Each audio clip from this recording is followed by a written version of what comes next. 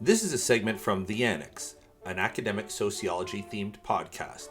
For more, visit us on the web at theannexpodcast.com.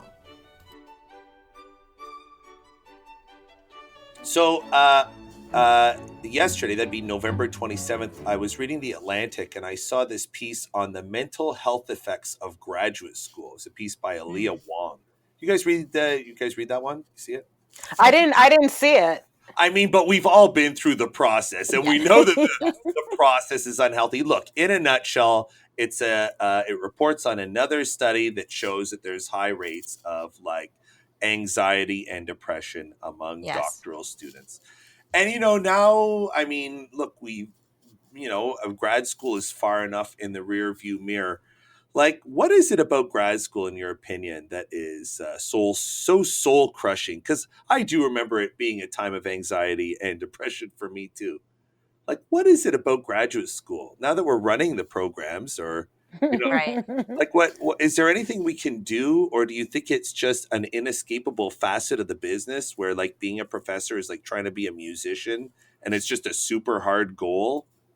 It feels futile. Like, what is it? I don't know. Well, for me, like I kind of felt like one of the weirdest things about graduate school for me it was how infantilizing it was. Yes. Right. And so, you're like, okay, I'm a grown up. Like I came to grad school with a kid for goodness sake. Right. And then all of a sudden you're kind of put back in this place where you're like, okay, you know what I mean? I am being assessed in a way that I'm not actually really sure what the metrics are. Mm-hmm. And I'm being told sometimes, like this never happened to me, but I would hear stories from fellow graduate students in other departments where they were like, they're being told basically when they could and couldn't start a family, right? Because you're like, sorry, I will not be your advisor if you do this because, so infantilized. So just when you thought you were an adult, like you're made into like an anxiety-ridden, angst-driven teenager all over again.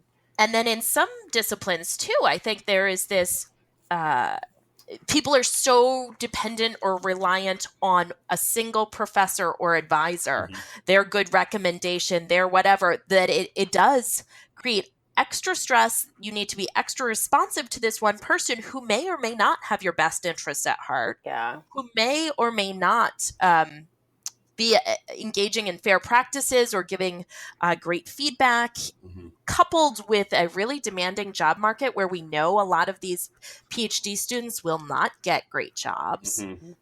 And then let's not forget about the low incomes of graduate students. We have a lot of research which suggests poverty does bad things to people's health. Right? Yeah, you think? Yeah. And even at universities where grad students are above the poverty level, they're not making tons of money. And many of them have lots of responsibilities and face high rent costs, childcare costs, other healthcare costs. And so it's not a good combination.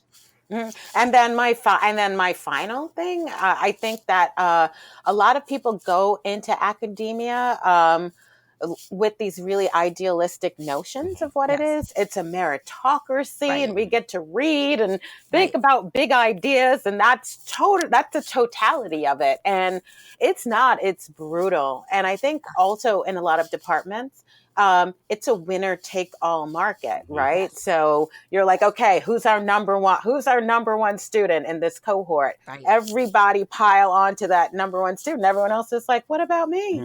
Right. I thought that getting in here was the prize. And I think that I think it actually causes a lot of I don't know, disillusionment among many people, especially those who went to academia thinking that it was just a place of ideas, a void of politics, and we're all doing this communally and together.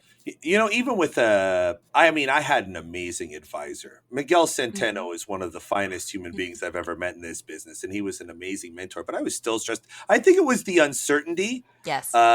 First of all, whenever you go to a PhD program, you're used to being the smartest kid in the room, and then you get plopped together with all these super smart people, and you're like, well, there goes a core part of my identity out the window.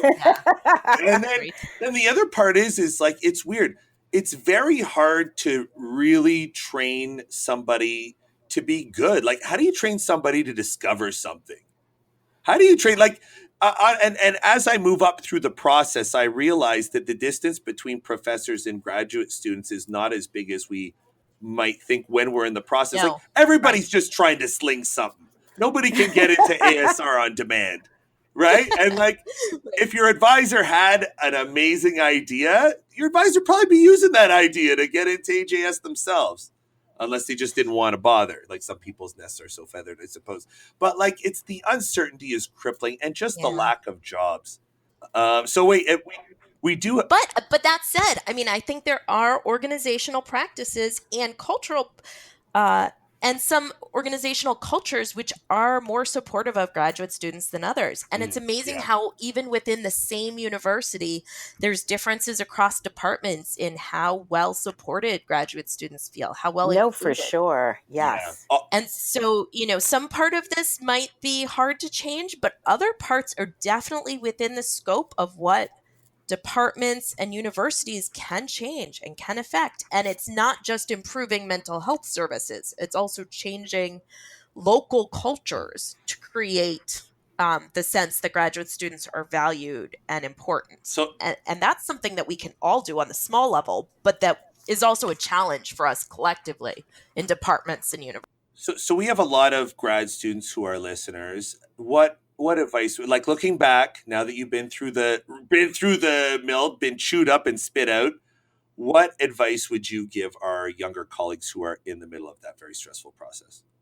You go. No, you go, Christine. I would advise them to find supportive friends in other departments or disciplines.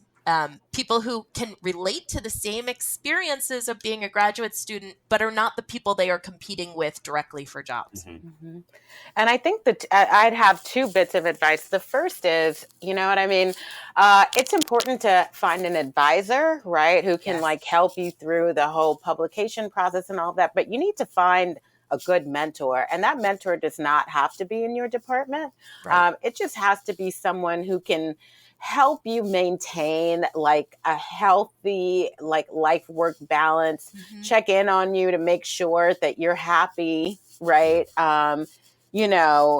Go out for a drink every once in a while. I think we sometimes need that. And I think very often you need that from outside of your department, right? Because you're like, that's a professional face. You don't want anyone to see you weak, which I actually think is a crock. Total crock. But yeah, so that's number one. And the second thing I would say is, at every step of your graduate career, like, I think you should be evaluating whether it's worth it. Yes. Right? And whether it's the best fit for you. Yeah. About what are your goals? What are your intentions? Why are you there? Yeah, you're like, can't I do this? Can't I do this and still go to business school and make millions of dollars? Right? I don't know. My advice would be along yours. You know what I think a big problem is people go in with an all or nothing mentality. I want to be an academic.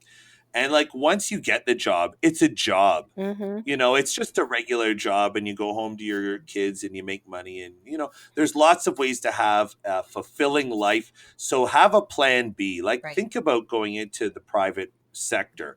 You can be just as respected or just as much, or earn way more, and have a great family. You can have everything that you hope to get in a life as an academic. I think I fetishized being an academic, and it's a job. It's a wonderful job. I'm very grateful to have it, but I wish I weren't so vested. Yeah, no, totally. There are great jobs in government, and there's great jobs in nonprofit. Yeah, even my 5-year-old is quick to remind me, yeah, but you're not a real doctor, Mom. Yeah, right. So